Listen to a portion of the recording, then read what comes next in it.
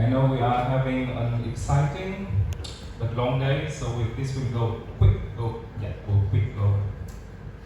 And time don't worry. It's not going to over 2 p.m. Again, so yes, my name is Nguyen. I'm just come from Durham University, so I'm also editor-in-chief of International Journal of Education and Ministry. You can see that. Yeah. So within today, the very core message, my core message to many of you here is about how to develop a more robust evidence base for any topic we are researching. So why doing research? Evidence base, building a more robust evidence base, and we'll see that what do we mean by more robust, more inclusive evidence base, and why that's important. So I think I start my talk with a kind of unpopular statement or unpopular comment here. Research is imperfect. It's imperfect. But that's why we need collaborative efforts. The research is complementary to one another. Yeah. So we need collaborative efforts, and I was delighted to see so many contributions to the conference when I read the abstract. You can see the good diversity of abstracts. Yeah, and I'm sure that it's more will come tomorrow. Yeah. So what are the really key factors to more robust? Hello.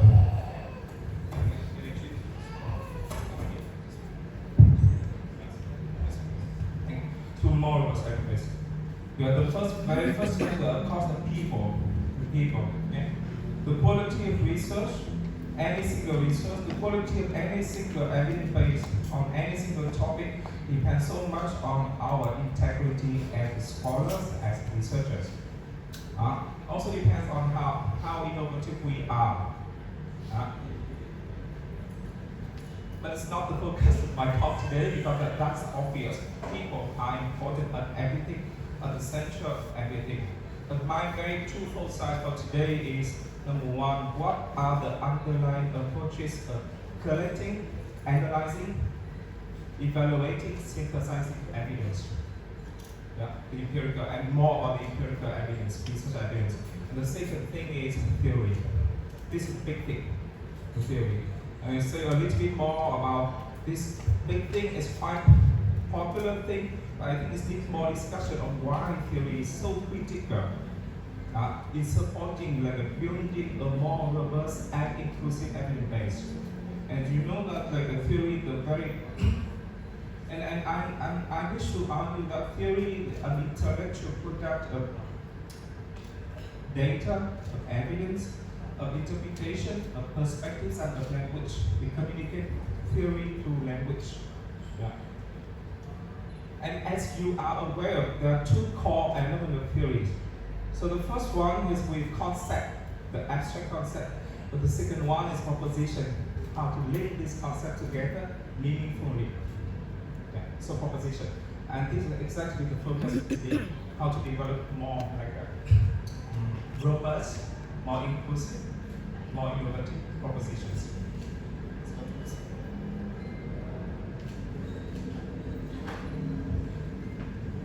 But I guess it's even more important, it's not just about sharing some strategies. It's more about to stimulate our reflective conversations on approaches to build a more robust evidence base and the strategies here. But it's not technical strategies, more about reflective conversation. I just want to emphasize that. And I will link to a more specific kind of evidence based on organizational leadership for EDI, for excellence, for innovation, and for well-being. Yeah. But before that, I just contextualize the evidence base first by going through. Taking a quick look at the development of the field of leadership. Yeah, see that. And you see the slide here. The scientific writing and the inquiry on leadership started at the early 20th century, at the turn of early 20th centuries.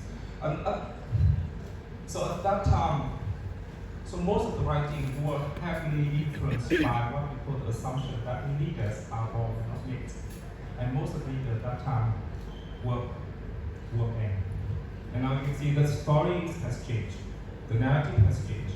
Now we see more excellent women in leadership roles. And then the film moved a little bit to like a truth. So influenced by truth theory. But that time the research was atheoretical. Just practical, some practical pieces of investigation. What should be considered as the most effective, like universal, effective case of like successful leaders. But unfortunately, scholar couldn't really like identify universal traits of successful leaders, and this led to the shift to behavior. In early 1950s behavior. And then the two key things is school. So there's two key things here. Talking about when people realize that actually behaviors and action of leaders are even more important than what we call like quality and traits. Not everyone who are good at like speaking can be great leaders. Yeah. So they look at the behavior and they categorize. And the scholar categorize or make a very simple typologies of leadership behavior. So you see that here there are two categories: initiation of structure and consideration. Consideration is more about relationship, oriented leadership style, and initiation structure is more task oriented. But then they realize that the reality is far from so different from this kind of simple, very simple typologies. And then the film moved to like more contingency theories. Contingency theories that acknowledge the importance of contextual and situational factors in influencing leaders' behaviors. Yeah. And more contemporary for the past 3 decades, so these are three key words: influence, relationality, and complexity. So they reflect like the kind of thought. Yeah. The thought and the writing on leadership. So the research on leadership and especially on organizational leadership nowadays emphasize like leadership actually is a process of influence. It's not just limited or confined to formal positions, like a head of department or president or CEO. Yeah. And it's more about process of influencing others to achieve like a shared vision, collective goals, and so on. And the acknowledge that in this process, relationship building is very critical. Relationship between leaders and so-called followers is important. And this process is non-linear. It's referred to complexity process, and that's why we have a complexity theories. We have complex adaptive system theories. Yeah, so this. But what should be considered as a part of the priorities in building the evidence base for the film or for the subject on organizational leadership? And you see, so this is what I argue based on my observation of the dynamics of the film, based on my own research, my colleagues' research, and also my role as editor. And I think this is, and this is the key thing. Organizational leadership for greater EDIs is getting this agenda is getting more and more important nowadays. So equity, diversity, and inclusion. And the excellence in economic terms, our colleague will call it the performance, and innovation and well-being for all individuals in the organization. And we know that is critical because for the past 10 years, we live in a very modern society. We are facing a big crisis. One of the big crisis are problems with the mental health. So the well-being is getting important in the agenda of research on organizational leadership as well. Now, so, yes, very key question is, what is robust evidence base? It's integrated. not just like a collection of fragmented pieces of evidence from a single reason. It should be systematic and verified across context and time, and I feel that it should be inclusive. Inclusive the way that the evidence base should consider take a greater considerations of the minorities also, not just the majority. The minority. And I know we have like a media evidence, we have policy evidence, we have lay people's evidence, and here we talk more about research evidence, scientific research evidence. It's a bit narrow, yes.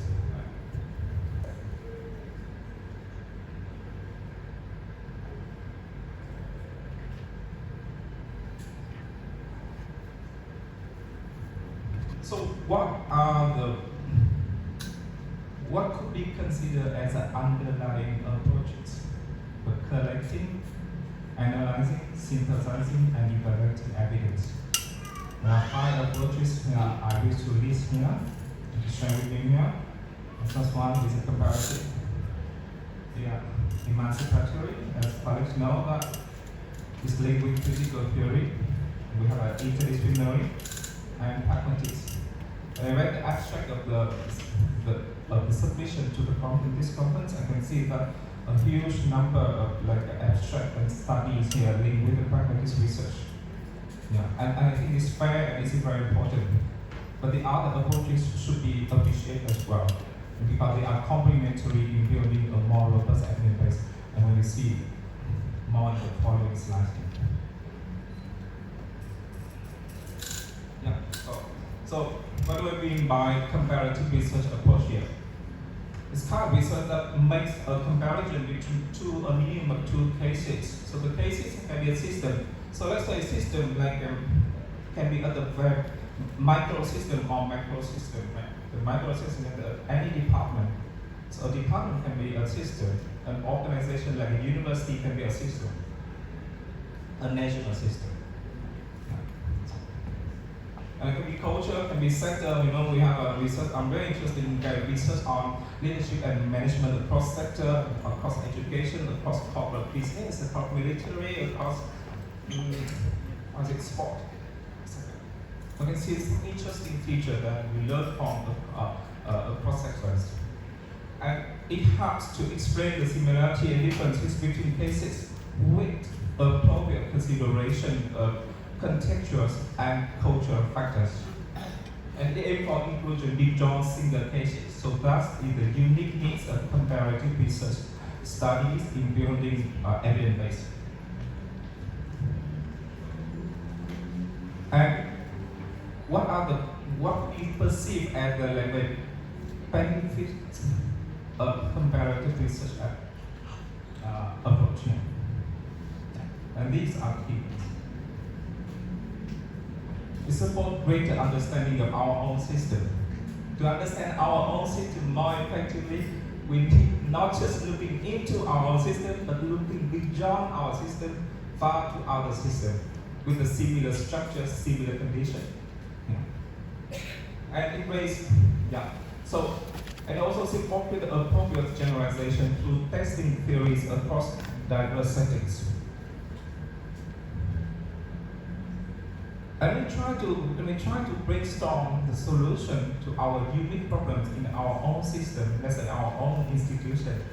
It's important also, again, it's important to look further to the other system to see that how they address similar problems. And it's not just about the borrowing, but how to learn from the way they address the other problems. So that's why comparative research gives access to alternative solutions to problems in our own system. Let's say, for example, our own institutions.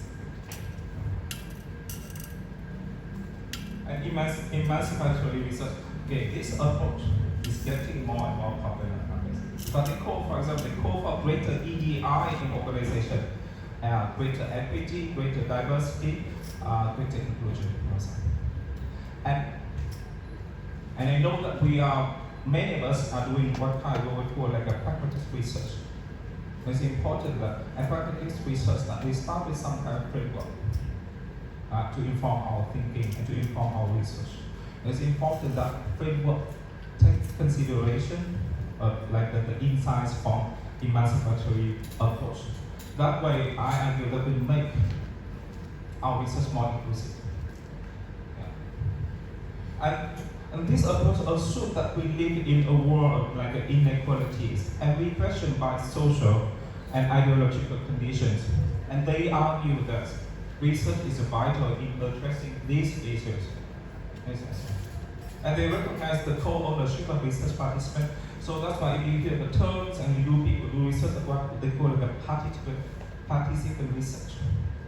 Sorry, participatory research. Yeah. So and they are given the co-ownership of the research and the finding and in the process of the generation of knowledge should be between the researcher and the research participant. So the ownership is not just on the researchers.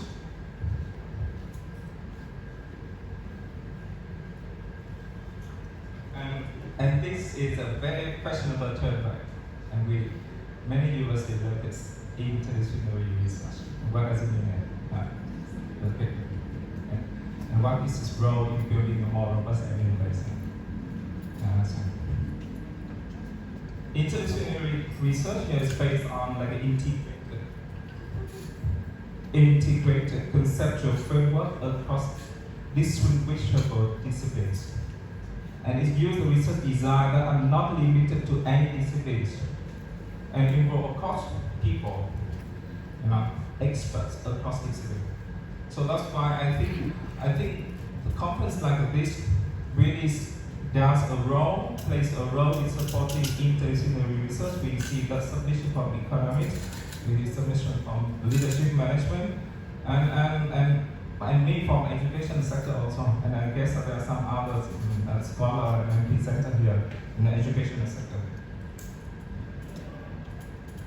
And this is a simple, it's quite simple, but quite powerful and important typology of interdisciplinary research. So we have an empirical at the very, very basic level of interdisciplinary research. We have an empirical interdisciplinarity. It's combination of empirical data and evidence across disciplines to address an interdisciplinary problem. Yeah. And then move a little bit more sophisticated, so we have a methodological interdisciplinarity. So it's not just a part of like borrowing and juxtaposing methods across discipline, but it's more about a novel integration or a novel combinations of methodological approaches.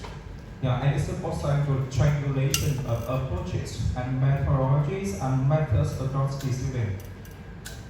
And at the most sophisticated, as I argue here, is theoretical disciplinarity. So it's development about new theoretical tools for interdisciplinary analysis. And I think this is so three levels here, representing the typology of interdisciplinary research. And practice research, yes, it's very popular as I see in the volume of submission to this conference. So, and again, it's fair and it's important because this kind of research provides like evidence on what works for whom under what circumstances. So when you see like a submission and you see the research using the experimental study design, the survey study, interview study, and trying to find some sources of evidence for certain research questions. Yeah. So, and it informs policy and practice choices. And again, it's not just confined to mixed method research. It can be any type of research. Yeah. Survey study, experimental study, interview study, all kind, or another term, quantitative, qualitative studies, research studies. Now, so again, how complementary are these approaches, underlying approaches, in supporting us the development of stronger and more robust and more inclusive evidence base?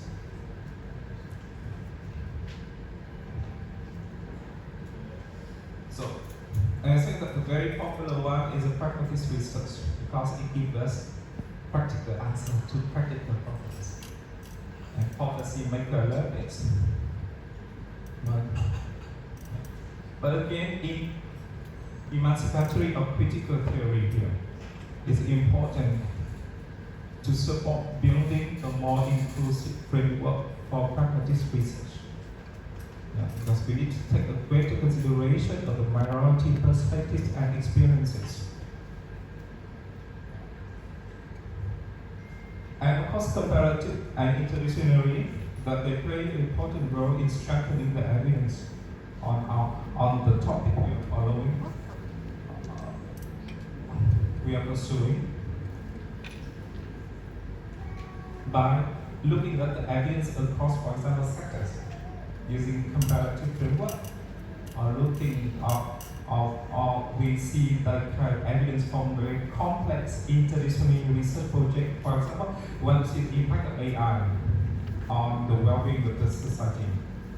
Then yes, we need people from psychology, we need people from technology, we need people from computer science, we need people from leadership and organizations. Yeah.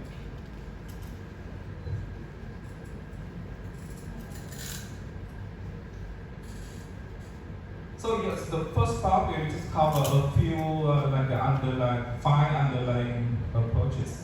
And again, my very aim for this talk is to stimulate our reflective thinking and conversation. That's not going to stop within the conversation within today, but hopefully it will bring something home and think further. But as always, we also learn to see some kind of scaffolding, some kind of practical strategies, and to develop framework, and especially here we develop propositions. And yes, the second part, we see some of this.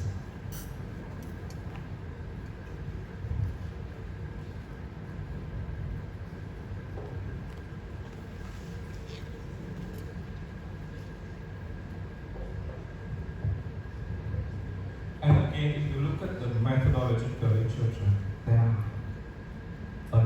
there's a number of strategies. And here are two what I call like a key text. And I think it's lovely to see in the conference like this, we not just engage with the empirical evidence from the a very contemporary research, but also we look we look reflectively on the very classic text and influential text. Yeah. And here you can see there are two types school of thoughts about developing proposition and developing theory framework here.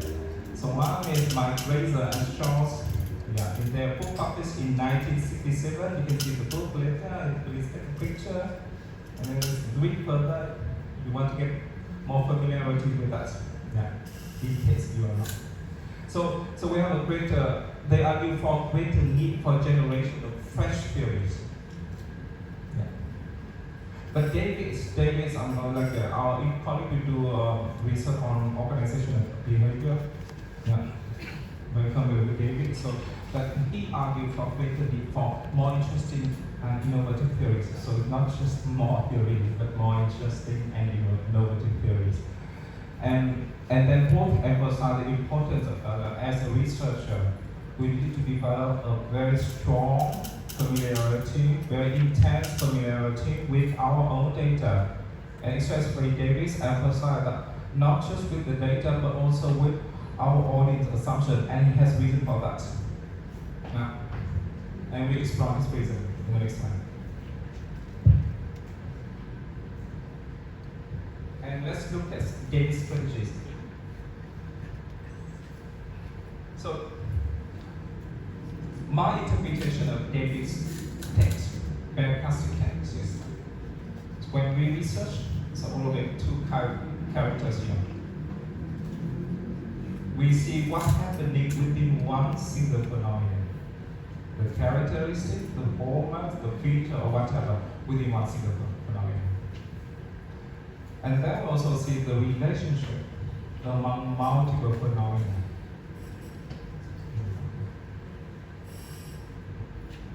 And the very key strategies in his book can be summarized within the two sentences here. He's arguing that, so let's think that what seems to be X is in reality not X. And what is accepted as X is actually not X. And why? Because he argued that to develop a more interesting and innovative propositions, it's important that we negate, we challenge some of the taken for granted assumption of the audience about a certain phenomenon or about relationship among multiple phenomena. So why? Because let's say if we confirm, if our research confirm all taken for granted assumptions around the phenomena we are investigating, and the audience and the readers and the funder, they say, okay, so what? It's obvious. Do we need that research? But if we reject all aspects of the taken for granted assumptions, and the audience, the funder will say, okay, so are you saying that we are all wrong? Everything we think we experience has been wrong. So it's argument that challenge some aspect and negate some aspect of the taken for granted assumptions. And these are some more specific strategies. So yes, he proposed 12 propositions. And so we are not going to through every single of them, but these are very fully open access for the public. And 12 positions. And the first list of positions is within a single phenomenon. You have organization, composition, abstraction, and so on. Yeah. And you see the picture here. Does it look familiar to you? The picture I got from your website here. It's not taken by myself. So the picture. This is traffic in big city in Vietnam. And I guess some big city like Jakarta in Indonesia, we share the similar things, but the traffic here. What do you think about it? On the surface, we thought that actually it's very messy, very disorganized. How can people survive with it? But we haven't survived over many decades. And why? Because the people, the local people, to survive, they need to observe, they need to learn, they need to identify, they need to generalize. Identify and generalize like unwritten rules. Yeah. So the unwritten rules. And actually it has some kind of structure, some kind of unwritten rules here. Yeah. So if we reflect with like organization strategies by their businesses, what seems to be a disorganized phenomenon is in reality an organized phenomenon. And what seems to be an organized phenomenon is in reality a disorganized phenomenon.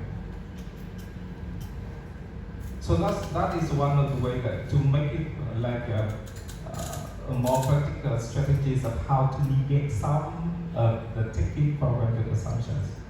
Yeah. And we will have some academic example. And here there's another set of strategies of relationships among multiple phenomena. And the title of his article here. That's interesting towards phenomenologies of sociology and sociology of phenomenologies to find it.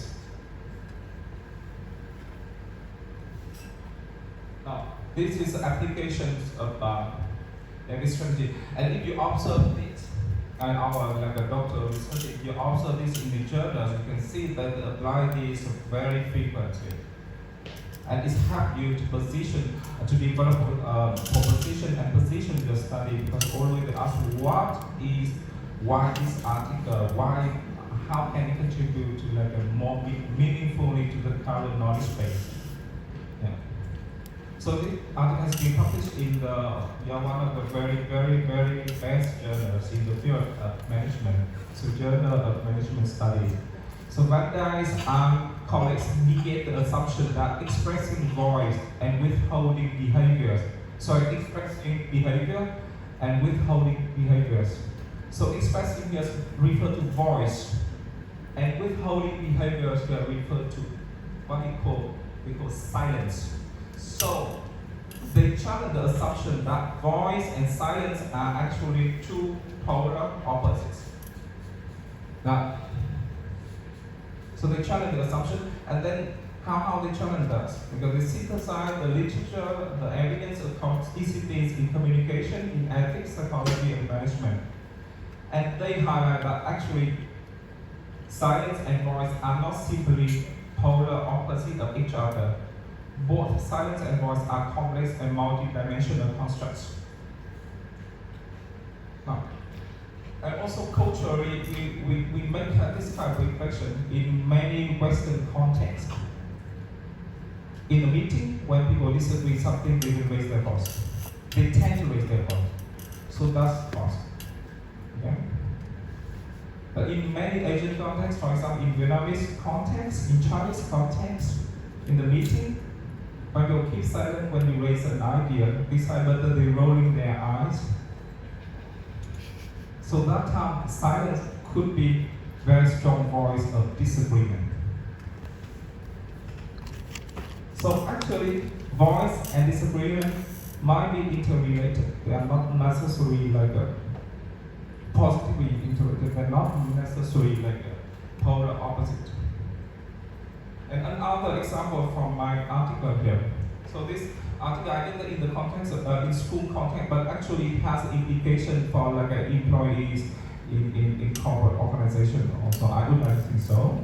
Yeah. So it's so our article challenged the notion that professional autonomy and professional collaborations in school context seem to be unrelated. So the take it for granted assumption is that these are unrelated. Autonomy and collaboration are related. So the assumption that when we collaborate more, we suffer from less autonomy. But our evidence show that from the analysis of findings in 48 countries, OECD countries, show that suggest that actually it's not the case. Collaboration does not recruit professional autonomy. And in school context, teachers with greater sense of professional autonomy tend to be more open to get involved and share responsibility for organization-wide issues. And again, it's back to one of the strategies, David's strategies about correlation and oppositions.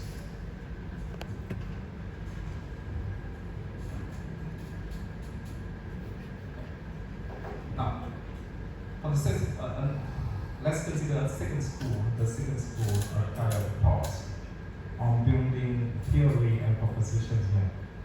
So this is by Glaser and Strauss, and you see the title of the book is Discovery of Broader Theory and Strategies for Qualitative Research. So this is more qualitative study. And broader theory methodologies. In simply speaking, why? Right? So GTM part to be defined as the discovery of theory, systematically collected and analyzed in social sciences research, research of social science. And it's powerful for theorizing processes and strategies and practices. Yeah. And it tends to be more about data-driven, and it's supporting a fresh theoretical explanation built on the previous knowledge.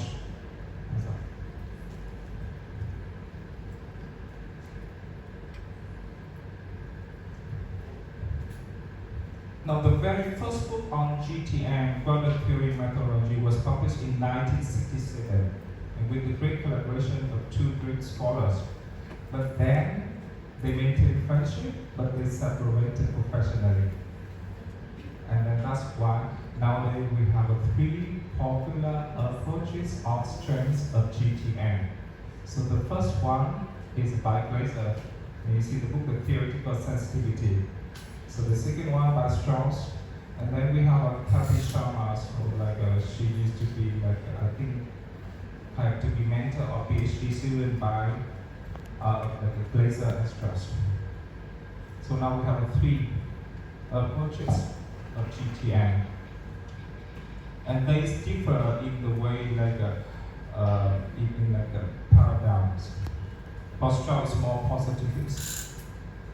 Kadishama is considered constructivist, more interpretivist and constructivist.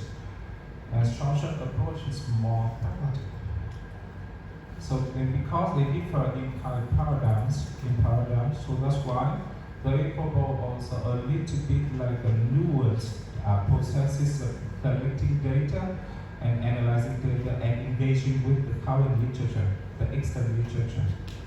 Oh, that's the message.